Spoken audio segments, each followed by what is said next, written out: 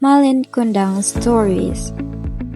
Once upon a time, in a remote village on the coast of West Sumatra, lived a family of fishermen.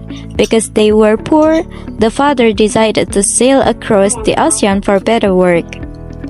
Unfortunately, Malin's father never returned home, and his mother had to make a living. Malin was a smart kid, but he was a little naughty. He often chased the chickens and hit them with a broom. One day, when Malin was chasing chickens, he tripped over a stone and hurt his right hand. The wound became a scar and could not be erased. Malin felt sorry for his mother, who worked very hard for the family. Malin decided to leave his home and might return when he becomes rich. Malin Kundang's mother disagreed because her husband never returned home, but Malin insisted. And then she agreed to let Malin Kundang go aboard a merchant ship.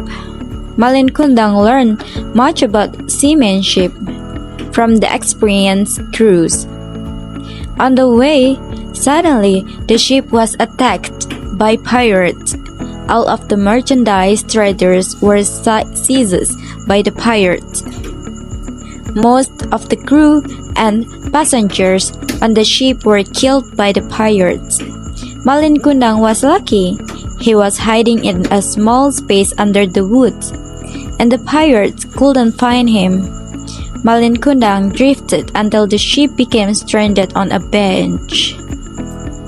With the remaining power, Malin Kundang walked to the nearest village.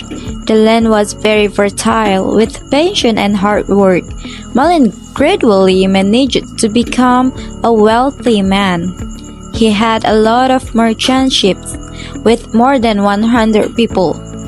After becoming rich, Malin Kundang married a girl. The news of the wealthy and married Malin Kundang was heard by his mother. She felt grateful and very happy that her son had succeeded.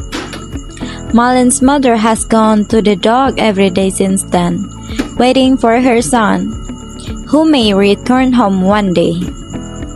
After a long marriage, Malin and his wife set sail with a lot of crew. Malin's mother saw the arrival of the ship. She saw two people who were standing on the deck of the ship. She believed they were Malin Kundang and his wife. Malin's mother was headed toward the ship. Once close enough, Malin's mother saw the scar on his hand. She was sure that the man was Malin Kundang. "Malin Kundang, my son, why did you go so long without any message?" she said, hugging Malin Kundang. Malin Kundang became enraged when he saw the old woman dressed shabbily and hugging him. Despite the fact that he knew the old woman was his mother, this was because he was embarrassed when it was known by his wife and his crew. Malin Kundang's mother was furious. She had not expected him to become disobedient. Not long after that, Malin Kundang sailed again. Later, a violent storm destroyed the ship. At the same time, Malin Kundang's mother was praying with anger and shouted, "Lord, if true he is Malin my son, I curse him to become a rogue."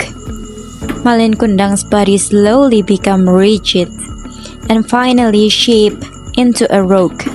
Until now, the stone of Malin Kundang can still be seen at a beach called Pantai Air Manis in the southern city of Padang, West Sumatra.